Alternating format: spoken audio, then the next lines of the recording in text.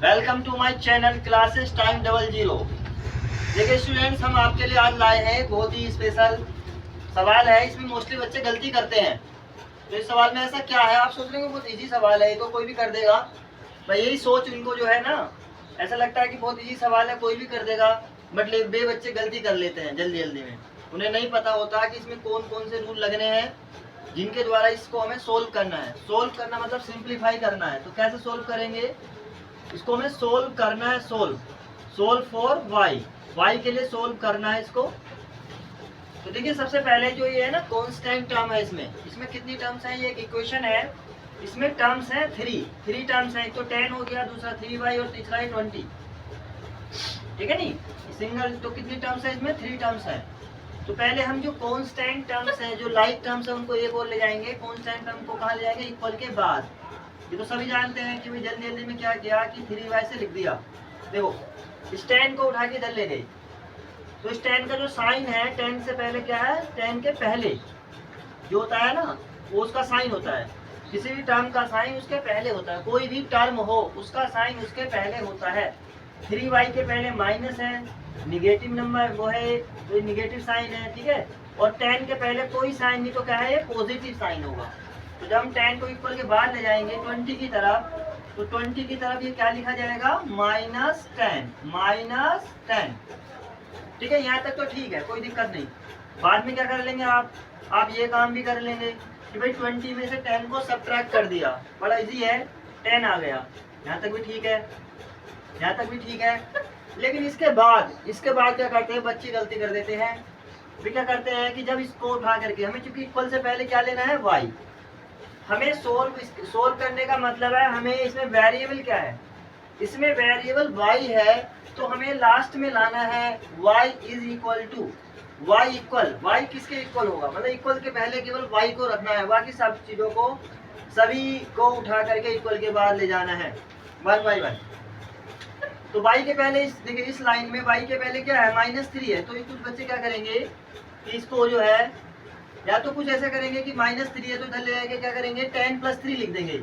ऐसा भी कर देते हैं कुछ बच्चे कि 10 + 3 हो गया, ऐसा भी कर देते हैं। ठीक है नहीं, तो ये गलत है, ये गलत है। कुछ ऐसा करेंगे और कुछ क्या करेंगे, या ये करेंगे, कुछ क्या करेंगे कि y = 10/3। ये दो पॉसिबिलिटी, मतलब मोस्टली बच्चे या तो ये करते हैं या ये करते हैं, तो ये दोनों गलत है, ये दोनों गलत है, ऐसा नहीं होता है। इसमें जो है ये दोनों गलत है। तो होता क्या है, करना क्या है, जो सही है वो मैं आपको बता रहा हूँ, जो सही है मैं वो आपको बता रहा हूँ। ये दोनों गलत है, ये भी गलत है, ये भी गलत है।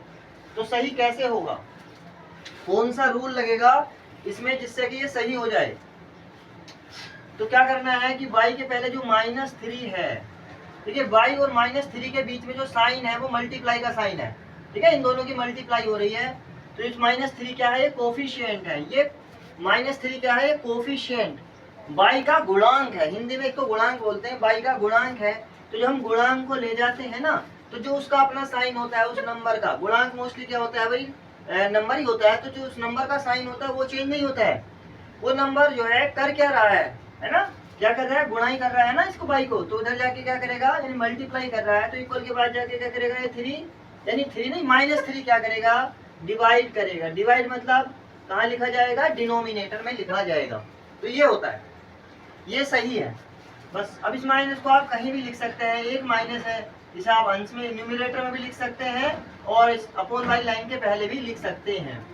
मतलब -10/3 भी लिख सकते हैं इसको, या इसको क्या लिख सकते हैं, और -10/3 ऐसा भी लिखा जा सकता है। तो ये आज के लिए था। इसी तरह का एक क्वेश्चन और मैं बताना चाहूंगा आपको, और थोड़ा समझेंगे आप। मैं समझता हूँ काफी समझ गए होंगे। मतलब जो कोफिशिएंट होता है उसका खुद का साइन चेंज नहीं करना है। वो कर क्या रहा है, वो क्या करता है, मोस्टली मल्टीप्लाई करता है। कोफिशिएंट का मतलब है कि मल्टीप्लाई में है वो, तो इक्वल के बाद जाएगा डिवाइड ही करेगा।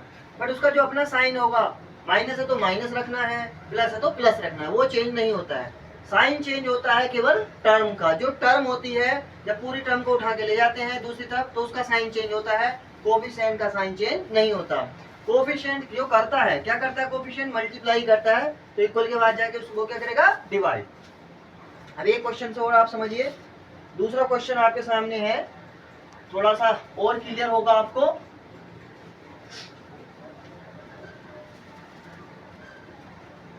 देखिए दूसरा क्वेश्चन है, इसमें मैं आपके सामने लिख रहा हूं 3x minus 5 equal minus 2x plus 10। ये दूसरी इक्वेशन है, ये दूसरी इक्वेशन है।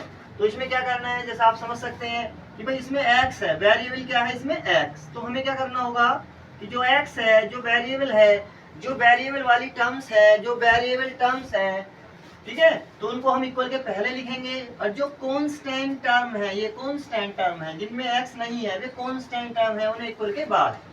तो 3x की तरफ कौन आ गया, कौन सी टर्म आ गई, ये वाली, इसका साइन क्या है माइनस, तो इधर इक्वल से पहले आ गई हो गया प्लस, और इक्वल के बाद ऑलरेडी एक कांस्टेंट टर्म है, वो प्लस का 10 है तो वो प्लस का 10 ही रहेगा, बट इक्वल के पहले एक कांस्टेंट टर्म कौन है, -5, ये इक्वल के बाद जाएगी तो क्या हो जाएगा, प्लस का 5। अब देखिए यहाँ पे क्या है कि आपको पता ही है कि भाई ये लाइक टर्म्स है, तो इनके क्या होंगे, कोफिशिएंट ऐड हो जाएंगे, क्योंकि सेम साइन है, 3 कितना हो गया 5, पावर ऐड नहीं होती, x का x आएगा, इक्वल 10 और 5 मिला के कितना हो गया 15। अब देखो ये जो है 5 क्या है, यहाँ पे 5 क्या है, x का कोफिशिएंट, x का कोफिशिएंट, तो जब इक्वल के बाद जाएगा 5, तो 5 का साइन चेंज नहीं होगा, 5 का साइन क्या, 5 क्या का है, प्लस का है, 5 प्लस का ही रहेगा, बट 5 यहाँ पे क्या कर रहा है, x को मल्टीप्लाई, तो इक्वल के बाद जाके क्या करेगा, ये डिवाइड करेगा, इक्वल के बाद जाके क्या करेगा, ये डिवाइड मतलब कहाँ लिखना है, 5 को डिनोमिनेटर में लिखना है, वो लिख दिया है। 5 से इसको 15 को डिवाइड करके कितना है 3, तो x की वैल्यू कितनी आ गई 3। तो इस तरह से आप, मैं मानता हूँ काफी समझ गए होंगे। Okay, thanks for watching me.